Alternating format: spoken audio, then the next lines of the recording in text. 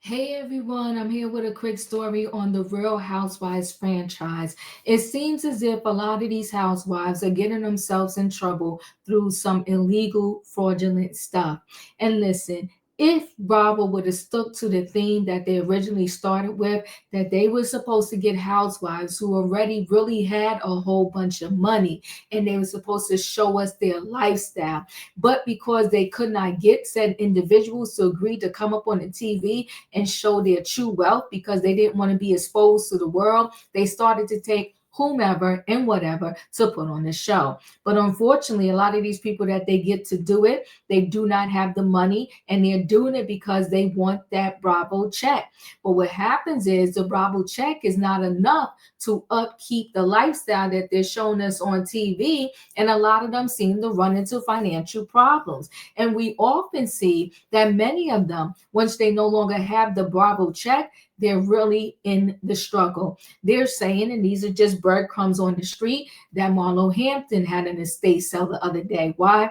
Running out of money and needs money. They're saying that Sheree no longer stays in Chateau Sheree. Why? Because she just doesn't have the money to upkeep it. They're also saying Sharice from the Real Housewives of Potomac had an estate sale. Why? Because she just doesn't have the money.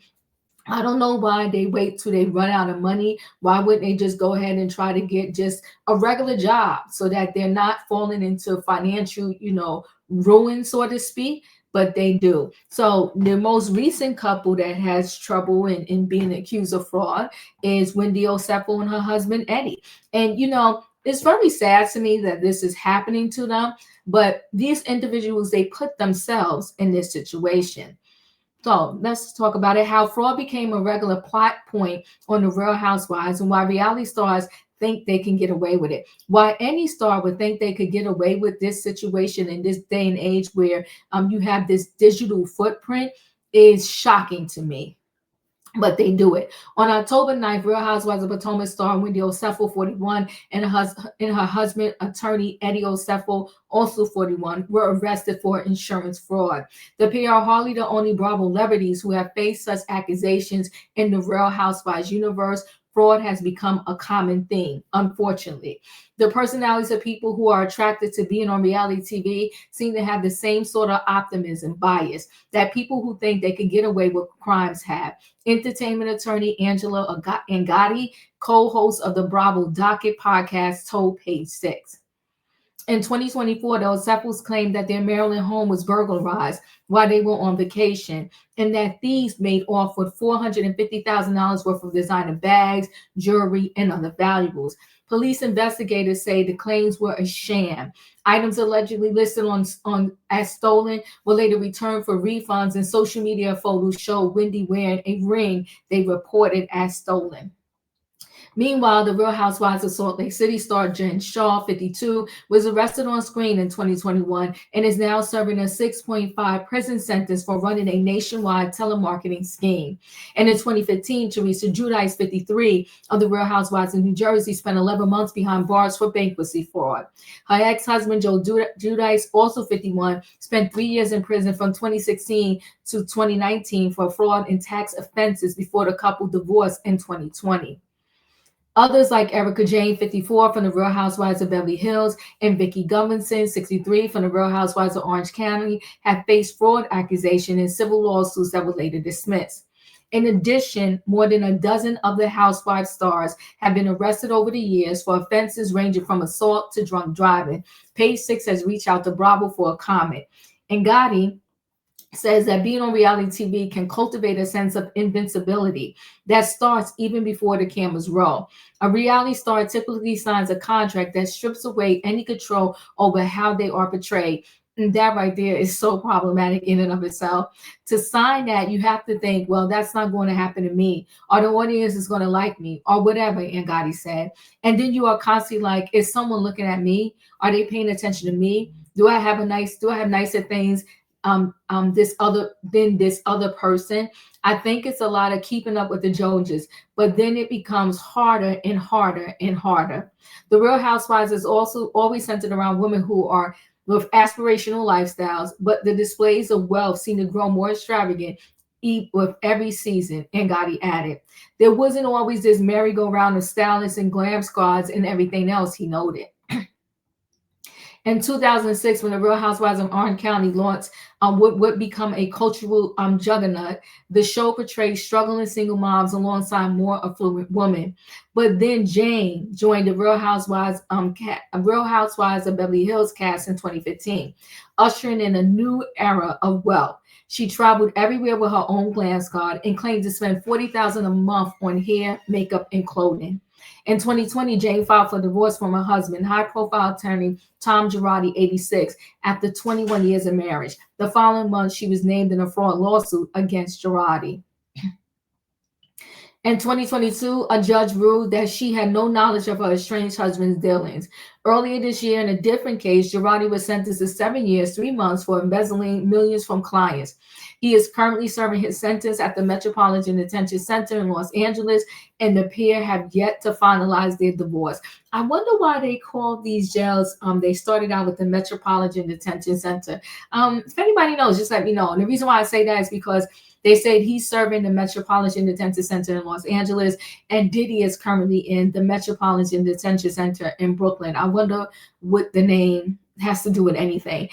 Jane and Girardi's turbulent times have made for good TV, and she's one of the longest running cast members on Beverly Hills, second only to Kyle Richards, 56. They're shooting the good, the bad, the sad. A source close to Bravo told Page 6. It's what's happening in everyday lives, whether it's marriage, divorce, addiction, things with their children, and unfortunately, things that are illegal. On Bravo, criminal charge doesn't necessarily spell the end of your career. Shah stayed on the Real Housewives of Salt Lake City for an entire season after her arrest, insisting she was innocent for over a year before pleading guilty. The Real Housewives of New Jersey famously chronicled the Giudice's years-long legal troubles, prison stint, and post-prison life. After her 11-month stint behind bars, Teresa, 53, wrote a 12-hour memoir about her experience, which she referred to as Camp, and returned to the show where she remains a beloved cast member to this day. I don't know if she remains a beloved cast member, but she's a cast member. Another source familiar with the network says viewers like to see such redemption arcs from Bravo stars. What we kind of seen is people are generally more open to forgiving when there's an ownership of whatever it was, the source said. Whether it's a misunderstanding, whether it's a misstep, we're always pleasantly surprised when you stand on something face on, you can begin to repair. But not every housewife gets a happy ending after doing time. Page 6 recently exclusively reported that Shah will be released from prison early in August 26, but executive producer Andy Cohen, in a behind-scenes clip last month from his talk show Watch What Happens Live, said he never wanted to see her again, which I think is sad. He's petty and he's bitter, and he's mad that Jen Shah did an interview before she went in jail with a YouTuber versus doing it with him, and he's still pissed about that, and he doesn't want her back, which is sad because he took others back that have done worse. Bravo also has yet to say whether another Real Housewives of Potomac star, Karen Huger, 62, known as reality TV's Grand Dame, will return. Huger just wrapped up a 6-month stint behind bars for driving under the influence and crashing her Maserati into a street sign in March 2024. I think they're probably more open to bringing her back because they did show in the beginning of this season a little clip of Karen getting out of jail. In the early days of Housewives, Bravo took a firmer stance. In 2009, Michelle A., then a cast member of the first season of The Real Housewives of D.C., snuck into a White House state dinner with her husband, posing for photos with President Barack Obama and other celebrities. They avoided criminal charges, but Bravo canceled Real Housewives of D.C. after only one season due to what Cohen called the stink of, that couple going to the White House. As Teresa with people she was in jail with back when she was in jail. Outside of Bravo verse, other reality stars have also had tangles with fraud. Jersey Shore Michael Sorrentino, 43, known as The Situation, was sentenced to 8 months in prison for tax evasion in 2018. And in 2022, Todd Christie, 56, and Julie Christie, 52, who starred in USA's network reality series Christie Knows Best, were convicted of bank fraud and tax evasion and sentenced to 12 and 7 years, respectively. In May 2025, however, the Christies were released years early after President Trump pardoned them. I find it fascinating that anybody would go on reality TV if they knew that they were committing any kind of crime. The source close to Bravo said, "You're actually putting your life out there. It makes no sense." As for Wendy Osefo and her future is uncertain. It is in the hands of the law right now, the source close to Bravo said. So we'll see how that unfolds. When Wendy, a mother of three and political commentator with a PhD, joined Potomac on season 5, she and Eddie were portrayed as grounded professionals who value education, integrity, and family. There's even a scene where Wendy sits her children down and says, "What's important is what you do when no one's looking." And Gotti said, "They really led with responsibility and following a civic duty."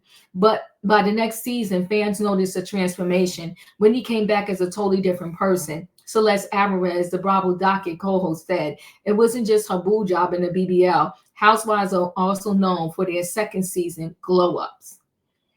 The family also moved to a more expensive neighborhood. Wendy upgraded her wardrobe and had a really huge personality shift, Alvarez said. "You can tell she was trying to portray herself as someone she wasn't." In their fraud investigation, law enforcement said they found those Osefos were burdened by substantial debt. "I've been running over it in my head, just trying to figure out how could these two smart people so poorly execute a crime," Gotti said. The fallout has been swift. Wendy has resigned from her teaching position at Wesleyan University. A university spokesperson confirmed to Page Six. Bravo postponed another show Wendy was slated to appear in. Lawyers said Eddie could lose his law license. A rep for the Osefos told Page Six the day after the arrest that the couple was back home safely with their family and in good spirits. The rep noted that the couple are grateful for the support they received from fans and eager to have their day in court. They added, at this time, they respectfully ask for privacy as they focus on their family and the legal process ahead. They allegedly committed a crime, right? And I will say, I do feel for them. I feel for anybody who results, to keep up with their parents, they fraud, steal, or whatever. It's sad to see this downfall. It's sad to see they fell into this trap, allegedly. We gotta say, right, because they're innocent until proven guilty. Listen, guys, chat with me in the comments, and when I get opportunity, I will chat back. If you're not a subscriber, subscribe. Hit the notification bell so that every time I upload a video, you will be notified. If you are a subscriber, welcome back. Everybody, thanks for watching. Let me know what you think about these Bravo shows in general, how it seems like so many of them get into trouble for either drunk driving, stealing, frauding the people. Let me know your thoughts, and I'll see you on the next video. Thanks for watching.